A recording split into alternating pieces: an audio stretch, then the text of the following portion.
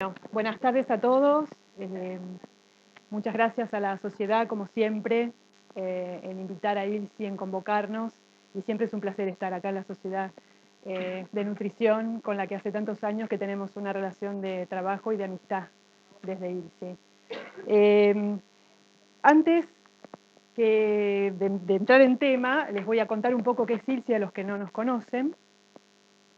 Es una red internacional que hace más de 40 años fue fundada originalmente en los Estados Unidos, pero estamos prácticamente en todos los países, en todos los continentes. Nuestra misión es trabajar de manera tripartita. ¿Qué quiere decir de manera tripartita? Convocamos científicos de academia, gobierno e industria y discutimos temas científicos que tengan algún impacto en la salud pública, desde nutrición y salud, toxicología, ambiente, sustentabilidad y seguridad nutricional, que es el área más nueva. Se sostiene con el aporte de sus miembros y se ha sostenido por empresas, pero también accede a fondos de, por ejemplo, organismos internacionales con los que hemos colaborado para distintas actividades, proyectos de investigación y de capacitación. Cumplimos 25 años en la Argentina el año pasado y hemos colaborado con más de 60 instituciones, entre las que por supuesto está la Sociedad Argentina de Nutrición, tanto públicas como privadas, a nivel nacional, regional e internacional. Y siempre hacemos públicos nuestros trabajos, a través de nuestras páginas, de nuestras newsletters, de talleres, seminarios, conferencias y por supuesto de publicaciones en revistas científicas. Somos parte de una red global, como recién les decía, y hay entidades globales, más allá de las filiales de ILSI, que son independientes unas de otras, pero que compartimos los mismos valores, la misma visión y las mismas áreas de interés. Hay entidades globales, como el Instituto de Ambiente y Salud de ILSI, que es muy importante, que se enfoca en toxicología. Hay justamente un comité de análisis de riesgo de pesticidas en GESI, que es muy prestigioso, es muy conocido y que publica mucho.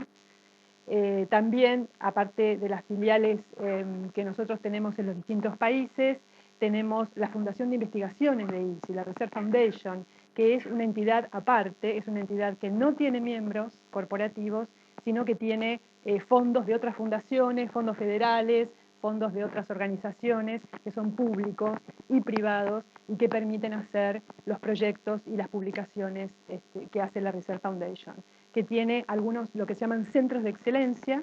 Tiene uno enfocado en lo que es el análisis de riesgo ambiental, tiene otro enfocado en lo que es inocuidad de alimentos y también tiene un programa de promoción de la salud y la actividad física. Y finalmente, lo que hacemos en ILSI básicamente es promover la colaboración. Un ejemplo de colaboración es el que tenemos con la Sociedad Argentina de Nutrición. Nosotros hace muchos años que trabajamos juntos en una serie de actividades y de iniciativas. Este libro sobre transgénicos es un ejemplo del trabajo conjunto. Fue escrito por el por el grupo de alimentos de la Sociedad Argentina de Nutrición, conjuntamente con algunos otros profesionales que fueron convocados de ILSI, reguladores y especialistas en biotecnología. Y, por ejemplo, lo que hicimos también fue juntarnos para poder hacer este portal de información, que es el Consejo para la Información sobre Seguridad de Alimentos y Nutrición, donde ponemos información que está chequeada, que está verificada por nuestros profesionales. Uno de los últimos artículos es un artículo de Mónica sobre, con motivo del Día de la Celiaquía. Entonces, hay mucha colaboración y necesitamos más colaboración todavía. Acabamos de inaugurar un grupo de trabajo nuevo sobre seguridad alimentaria, donde están los profesionales de la SAN en este grupo y donde ojalá, bueno, se pueda ir incorporando algún otro profesional que le interese el tema. Y con este concepto de seguridad alimentaria amplio, es decir, incluye el concepto de inocuidad, pero también incluye el concepto de acceso al alimento, acceso a la nutrición y a la sustentabilidad. Entonces, hay varios temas que se van a tocar dentro de este grupo de seguridad alimentaria, incluido el de desperdicio de alimentos, que es un tema muy interesante y en el que, por ejemplo, el Ministerio de Agricultura está trabajando en este momento. Entonces, ahora sí, vamos al tema que nos pidieron para esta charla, y voy a dar un poco de contexto, voy a ir bastante rápido, pero la verdad es que esto creo que debería ser nada más que un disparador para que esto sea una conversación. Así que interrúmpanme cuando quieran, o esperen y me preguntan después, pero pregunten. Entonces, un poco de contexto, ¿no es cierto? La agricultura es una actividad que nació formalmente, se dice siempre, hace 12.000 años. Ahora parece que se descubrieron restos antropológicos y arqueológicos que dicen que hace 23.000 años ya la especie humana cultivaba. Y esto fue un cambio enorme en lo que fue el desarrollo de las civilizaciones, porque pasaron de ser cazadores-recolectores a ser sedentarios, con lo bueno y lo malo, que tuvo eso epidemiológicamente hablando, pero que cambió fundamentalmente también la biología de los seres humanos. Una de las cosas que cambió fue que cuando empezaron a domesticar plantas y animales, también se modificó la selección de, por ejemplo, individuos tolerantes a la lactosa. A medida que empezaron a domesticar animales y a tomar la leche, se empezaron a seleccionar aquellos individuos que la podían tolerar. Y entonces las mutaciones que permitieron tolerar la lactosa, es decir, tener beta-galactosidasa activa, fueron seleccionando y por lo tanto hay poblaciones que gran porcentaje de la población humana puede tolerar la lactosa. Algunos mutaron para atrás y son intolerantes. Pero en la evolución, en el curso de la evolución, lo que se ve que pasó fue eso. El proyecto este es muy interesante para el que le gusta el tema de la evolución de las poblaciones humanas y de las migraciones. Les recomiendo que se metan en National Geographic, en ese proyecto, porque es súper interesante lo que se está sabiendo.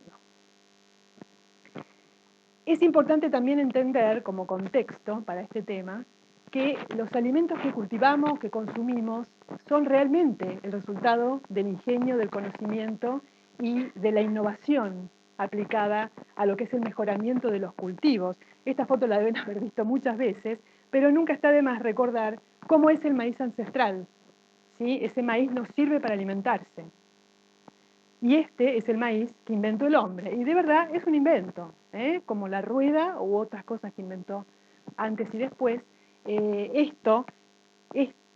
Este maíz no existiría en la naturaleza sin el hombre. Eso es importante entenderlo. Y estos tampoco. ¿Sí? La domesticación de los animales tuvo un impacto profundo en el genoma, en la morfología. Hoy incluso hay estudios de la morfología del cerebro de los perros. Se sabe que hay razas que tienen cierto comportamiento diferente de otras, y es porque hubo un rearreglo morfogenético durante la domesticación y la selección de distintas razas de perro, y eso fue en manos del hombre. ¿Sí? Todo lo que vos pienses, tiene una profunda manipulación y modificación genética. Sí, los animales que comemos también. Sí. Bueno, esos son los trigos enanos de Norman Borlaug, que le dieron el Premio Nobel de la Paz por esos trigos enanos, ¿no? Porque pudieron producir mucho más. Le cambió la morfología a la planta, nada más que un cruzamiento y selección, no hizo ninguna manipulación in vitro. Pero, digamos, es importante saber que hemos cambiado nuestro entorno de una manera profunda y que así como esto es una lechuga salvaje y esto es lo que comemos, esto es una zanahoria salvaje y esto, que parece una rueda, en realidad son zanahorias de distintos colores puestas una al lado de la otra. La zanahoria naranja es relativamente moderna, la desarrollaron mejoradores holandeses en honor a la casa de Orange, justamente, y esa es la que hoy, porque es más vistosa y tiene mayor cantidad de betacaroteno, es la que preferimos consumir. Pero originalmente es esta raíz que tiene un aspecto bastante poco... La papa lo mismo, y en general hemos hecho esto con casi todas las especies de las que nos alimentamos. Y hoy se sabe, por estudios genéticos y de biología molecular, que lo que ocurrió fueron grandes cambios genómicos que hicieron que la morfología cambie, que las características cambiaran, y como dice Ángela, a mí no me conviene que un trigo o un maíz disperse sus granos lo más lejos posible. Yo los quiero todos juntos para poder comerlos. Si los dispersa, es bueno para la planta, pero es malo para mí. Entonces, ¿qué hicimos? Seleccionamos los que no dispersan los granos. ¿Mm? Y esa especie, en condiciones salvajes o silvestres, tiene muy pocas probabilidades de sobrevivir y reproducirse. Sí. Sí. Para muchas especies hay bancos de semillas y de germoplasma, porque son muy importantes, eso es muy buena pregunta, son muy importantes para el mejorador, porque van a las especies ancestrales para conseguir genes de resistencia. Cuanto más domesticada una especie, más vulnerable. ¿Eh? Eso sí se sabe. La otra es no perder tampoco el genoma que tenemos, las especies originales que teníamos, ¿no? Sí. Es como perder parte del patrimonio, digamos.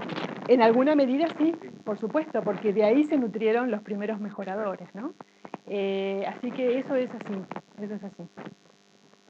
El INTA tiene una gran colección de germoplasma y de semillas. Y hay una colección mundial de semillas que está bajo no sé cuántos metros de nieve en el Polo Norte, y que está teóricamente resguardada de alguna hecatombe nuclear o una cosa así. Es vida, ¿no? Es vida. Y sí, sí, El arca sí. de Noé, nos vamos al Polo Norte. Así es.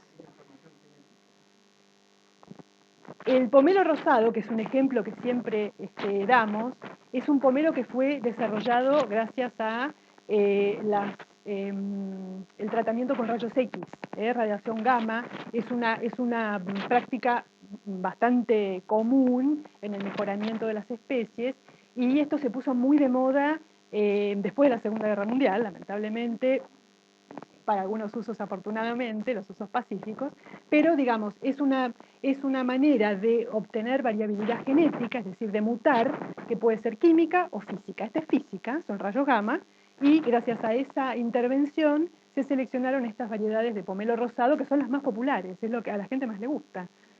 Pero ¿es 100% natural? Yo no sé. Siempre esa dicotomía de natural o no natural, que está en plena discusión, ahora está en plena discusión, vamos a definir qué es natural. Todo depende cómo definamos qué es natural, ¿no es cierto? Sí.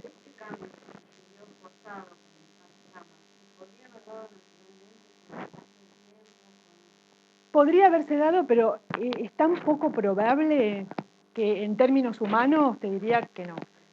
No. Estás buscando mutaciones. La estás provocando, estás acelerando, digamos, y enfocando, exactamente. Ahora, ¿son biológicos? Absolutamente. ¿Son naturales? No. Entonces, como una especie de resumen general sobre qué se usa hoy para mejorar las especies alimentarias, porque esto no solamente vale para plantas, vale para animales también, ¿no es cierto? Aquí listé en orden más o menos cronológico, no tan cronológico, pero de las más comunes a las más nuevas, todas las técnicas que se utilizan en el mejoramiento de especies. Desde la domesticación de especies silvestres, y eso se sigue haciendo, no es que pasó hace 10.000 años y ahora no lo hacemos más, es permanente. Por ejemplo, en el norte se está trabajando mucho con domesticación de cactus, porque tienen muchas aplicaciones medicinales, aplicaciones alimentarias, pero es necesario domesticarlos para poder cultivarlos y para poder producir, porque si no también estamos depredando, ¿sí?, las poblaciones silvestres. Cruza, introgresión de genes en otras especies. El trigo, por ejemplo, es un producto de 3 especies, no es una sola especie. Marcadores moleculares, transgénesis es una de las herramientas, no es la única, y cada vez vamos hacia técnicas que son más precisas y más quirúrgicas en lo que es el mejoramiento genético. Y todas se utilizan. Entonces, cada vez estamos pegándole más fino, ¿no es cierto? Es como si yo entrara para matar una mosca, entro con un lanzallamas y quemo todo el cuarto, en lugar de agarrar una palmera y hacer tac, así y pegarle a la mosca, ¿no? Entonces, más o menos un poco la idea es esa. Hacia eso estamos yendo. Y eso es lo último, digamos, que está viniendo, que es lo que se llama edición genómica. A lo mejor algunos de ustedes leyeron algún artículo periodístico donde se habla de CRISPR. Son técnicas que están en bastante discusión en cuanto a la aplicación humana, pero en plantas ya hace un tiempito que esto se está utilizando y lo que hace es permitir hacer modificaciones realmente sutiles, modificaciones finas que no usan ni mutagénesis química ni mutagénesis física, no usan radiación. Entonces hacia eso también se está yendo. Y en realidad es una conjunción de todo. El mejoramiento moderno no es que deja de usar otras cosas, usa todo. ¿Sí? Bueno, entonces, ¿qué es transgénico y qué no es transgénico? ¿A ustedes qué les parece? ¿Qué es transgénico? Transgénico es, por ejemplo, si saco un gen de un insecto y lo pongo en una soja o en algún vegetal. Pues perfecto, eso es que es un transgénico, está perfecto, es así. ¿Y ustedes qué creen o qué perciben que comemos que sea transgénico? ¿Qué hay en el mercado que sea transgénico? Tomates, Maíz, maíz, tomate, soja, maíz, arroz, no, todo, no, muchas cosas. sí, debe haber. No, el tomate no es transgénico. Muy bien. Entonces, esto no es. No hay tomate transgénico en el mercado. ¿Podría haberlo? Sí, claro que podría haberlo, pero no hay. Cítricos tampoco. Bueno, esta es una foto de Greenpeace que pone un kiwi dentro de una naranja. Tampoco. Trigo tampoco. Arroz hay desarrollos, pero no hay en el mercado. ¿Y qué sí es? ¿Qué puede ser? Ahora vamos a ver un poco de este arroz. Algodón, maíz, soja, papa. Acaba de ser aprobada una papa argentina. Una papa argentina. ¿Pero con qué beneficio? Resistencia a virus. Y berenjena, no aquí, en Bangladesh. Hay algunas otras desarrollos, pero no acá en la región. Salvo en el arroz, siempre pensando en que el cultivo sea más amigable, digamos, que no tenga problema en el cultivo, ¿no? Estas características que están en el mercado hoy son todas agronómicas. Hay algunos productos que todavía no llegaron acá, que, por ejemplo, tienen mejor composición de aceite. Ya hay. También, ¿no? El arroz contaminado. Ahora vamos a hablar de eso. Es No sé este. qué le pasó al hombre.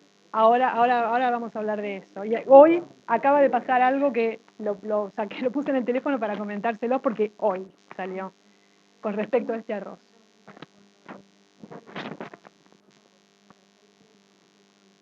Por ejemplo, soja con una composición de aceite que se parece más al aceite de oliva que al aceite de soja. Es alto oleico, también hay una soja que es omega 3.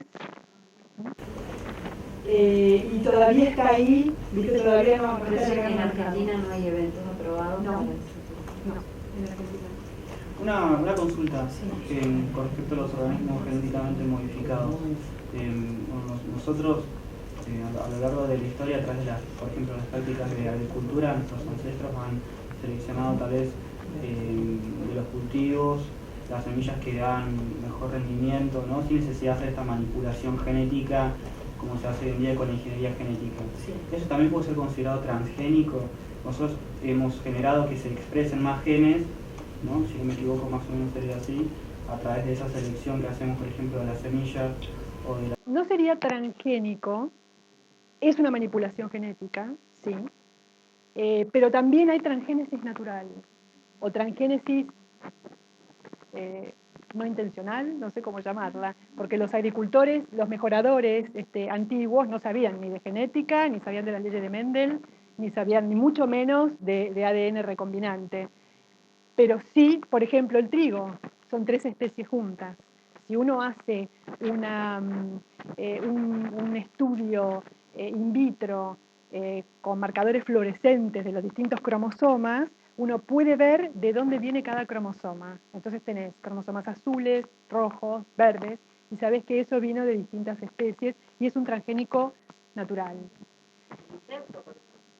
Los injertos es otra cosa, porque el injerto, sí, tienen un pie, que es de una especie, y el injerto de otra especie. Y lo que hacen es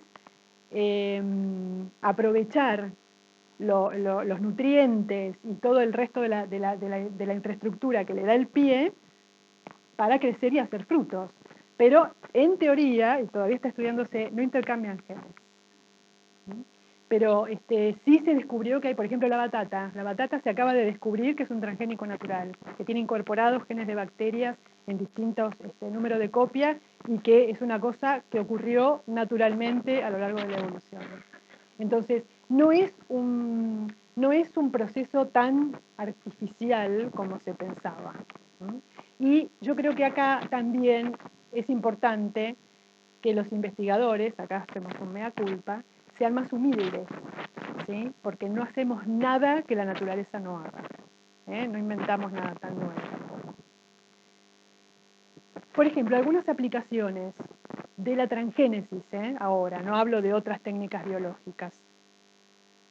El maíz que tenemos en Argentina es un maíz protegido de insectos, utilizando el gen de una bacteria. Como vos decías, es un transgénico, tiene un gen de otra especie que expresa el maíz.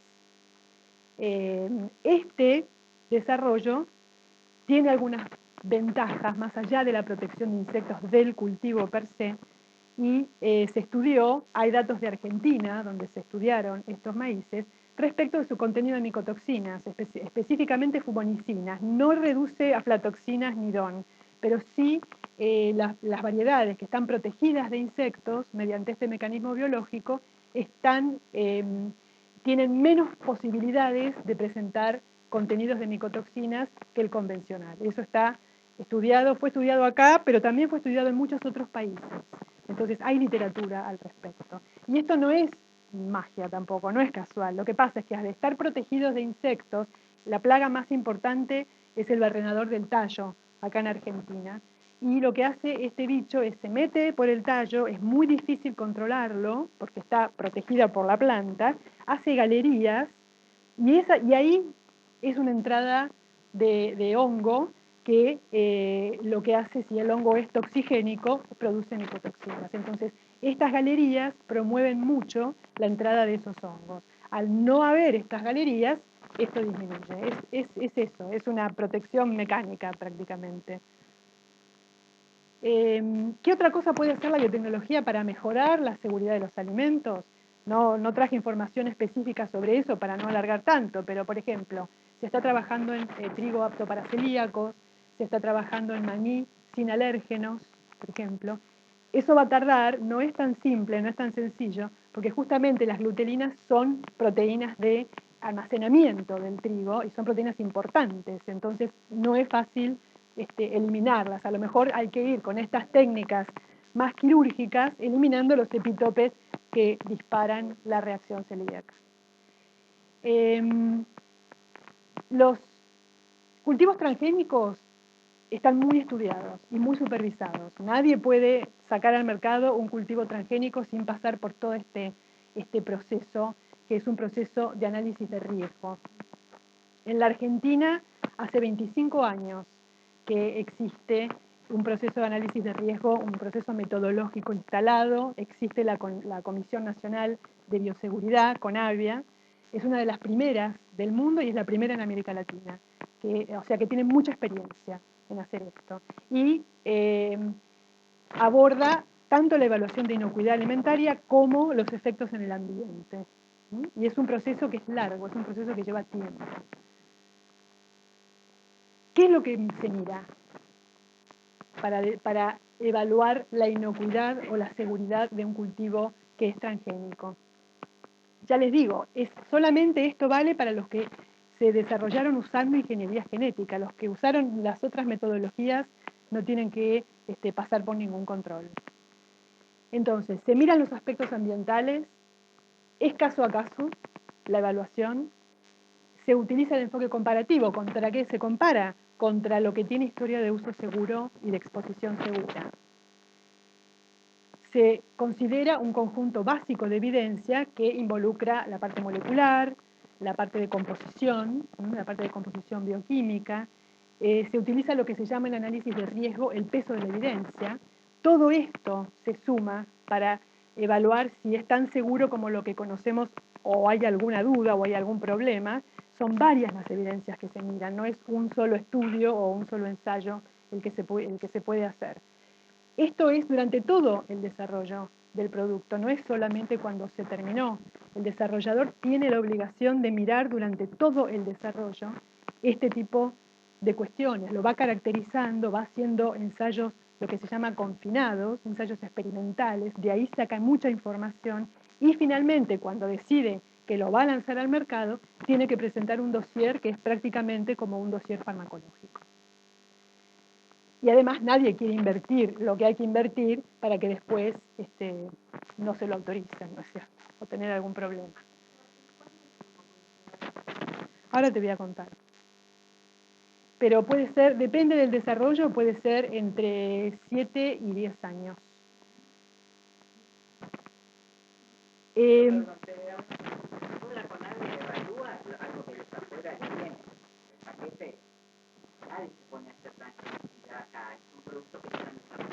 Ahora te voy a contar también. Hay de todo.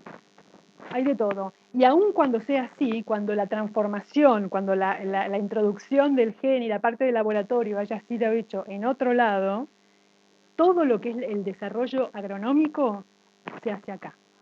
Lo que se llama la intervención de los genes, ¿sí? Todo ese desarrollo es local. Y eso también lleva la parte de control, porque cuando se empieza a introgresar esos genes en lo que se llama el germoplasma, en las semillas locales, se va estudiando con ensayos a campo que se hacen acá. Entonces, ¿qué tipo de información se contempla en cada uno de esos pasos que le mostré antes? La historia de uso del cultivo en sí, la seguridad de las nuevas proteínas, si es que se expresa alguna proteína nueva, desde el punto de vista toxicológico y de alergenicidad también se evalúa, y también se evalúa la homología con proteínas, proteínas para los que son sensibles al gluten, no necesariamente enfermedad celíaca, pero si tiene alguna homología con esas proteínas, se tiende a rechazar. La caracterización molecular, el estudio ambiental, estudios en alimentación animal, sí, también se hacen. La composición, y también se mira mucho lo que es el comportamiento agronómico de ese cultivo, ¿sí? Se compara con lo que se conoce, con el comportamiento agronómico de esos cultivos en una zona donde tienen historia ya de uso. Y se compara siempre con el convencional, ¿sí? Es comparativo el análisis.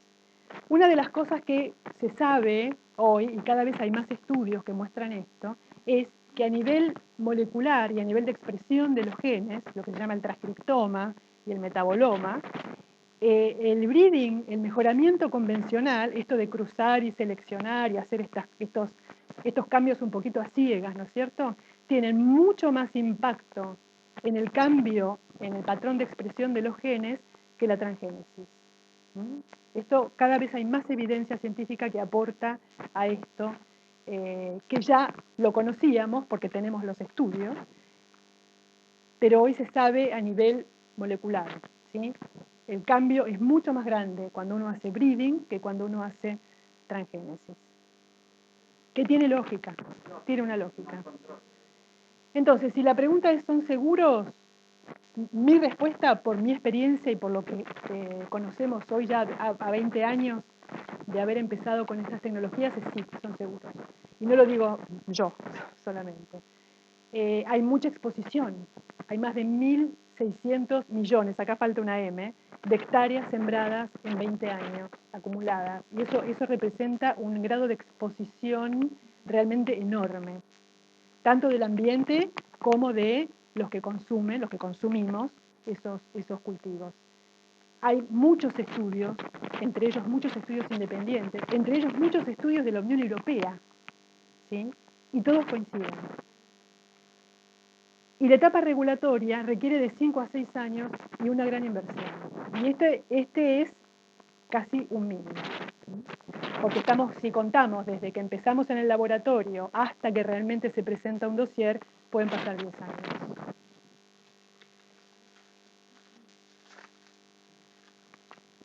¿Y hay desarrollos locales? Sí. Hay bastantes desarrollos locales. Algunos de ellos ya han sido aprobados y otros están en desarrollo, están en fase experimental todavía. Acá hay algunos ejemplos, esto es gracias a Argenbio, que me dio la información.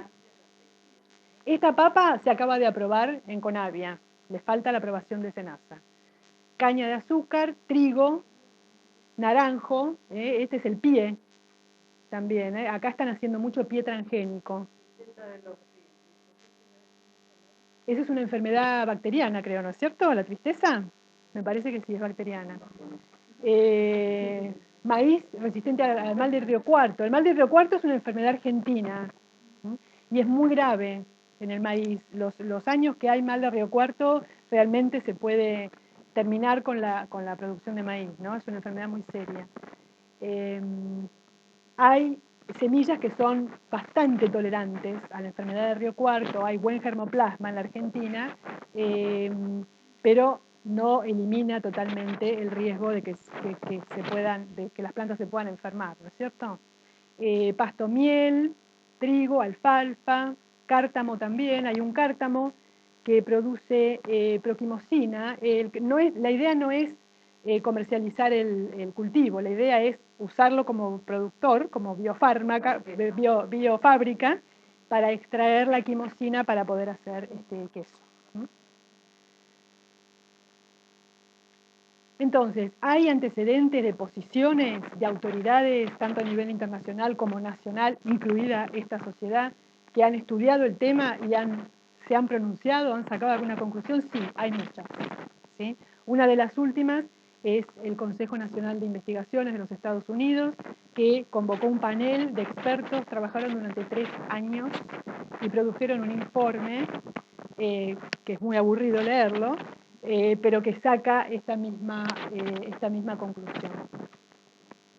Y son todos documentos públicos, son todos documentos accesibles que el que tenga interés o le interese mirar alguna parte en particular lo puede hacer. Y si no lo encuentran, me mandan un mail o mandan un mail a Carazán y yo se los voy a mandar. Entonces, hasta acá, el resumen es: tengamos en cuenta que la agricultura es un invento humano. Ningún método de producción es natural, porque la producción a gran escala de alimentos es hecha por el hombre, para el hombre. El mejoramiento tiene una historia de uso seguro, y prácticamente todas las especies de las que nos alimentamos están modificadas por el hombre, de alguna manera, más, menos, están modificadas por el hombre. Las técnicas moleculares son más precisas que otras.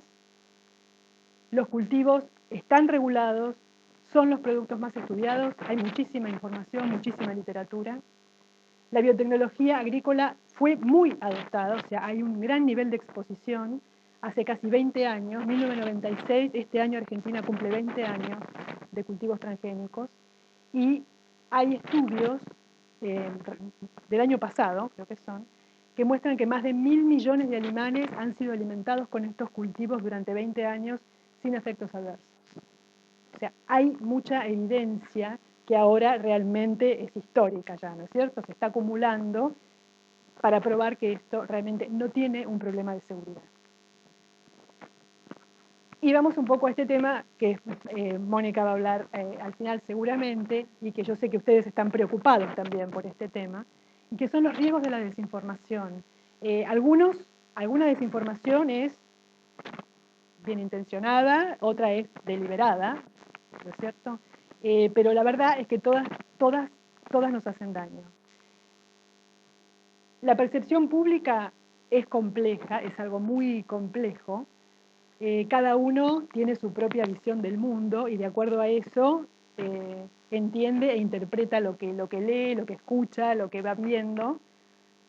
Y también hay influenciadores, como decíamos recién, están las celebridades, están los medios, están distintos grupos de interés. O sea, en ese medio hay que moverse para tratar de poner un poco de conocimiento científico en la arena pública, ¿no? Y ese es un desafío que es muy complejo.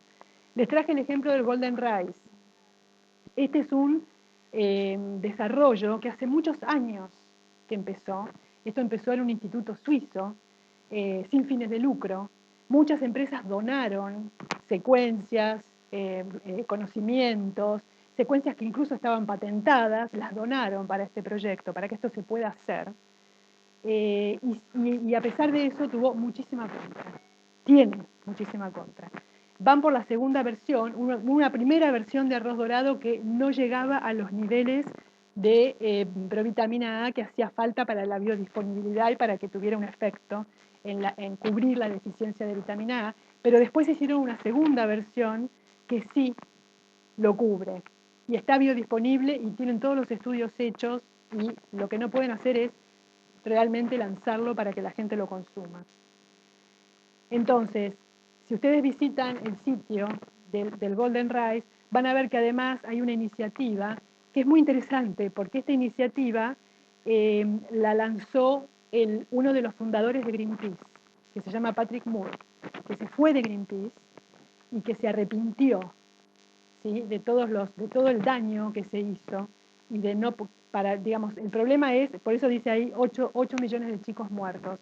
Este sitio lo que calcula es cuántos chicos sufren ceguera o se mueren por la deficiencia de vitamina A en el sudeste asiático, y cada vez que pasa un año más, cuántos chicos más se están muriendo y podrían a lo mejor evitarse. Y lo que acabo de ver es que hoy 107 premios Nobel sacaron una carta pidiéndole a Greenpeace que por favor reconsidere, porque es dañino y anticientífico lo que están haciendo con el arroz dorado, que es un crimen. ¿Pero qué hacen? ¿Qué hacen? ¿Se ponen en contra? Se pusieron en contra de manera que influenciaron a los políticos de estos países y el arroz dorado no termina nunca de aprobarse, ¿sí? Estaba por aprobarse en Filipinas y fueron para atrás. Tienen miedo. Hay mucha influencia política y realmente bueno, qué sé yo. Otro efecto de la desinformación y de las campañas, la berenjena. La berenjena es un alimento de base, es un alimento básico en la India, en Bangladesh, en Pakistán. En la India consiguieron prohibirlo, no, por lo menos parar la aprobación, pero en Bangladesh en 2014 se aprobó y los agricultores están usándola. Protección contra insectos.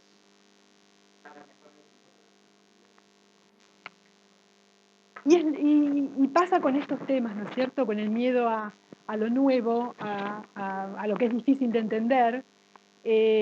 Por ejemplo, fíjense lo que dicen médicos franceses: el cuerpo se convierte en una sombra de lo que era, el corazón y las vísceras se debilitan tanto que el bebedor tiene alucinaciones y el cuerpo recibe un shock de tal magnitud que parece embrujado. No son micotoxinas, es el café. Y el café fue prohibido, ¿sí?, en la Meca, el Cairo, en Estambul, en Alemania, en Suecia, en 1674. ¿Sí? Y 400 años después estamos en una situación muy parecida. Esto salió hoy, lo habrán leído todos, ¿sí? Esto también es un producto de la desinformación.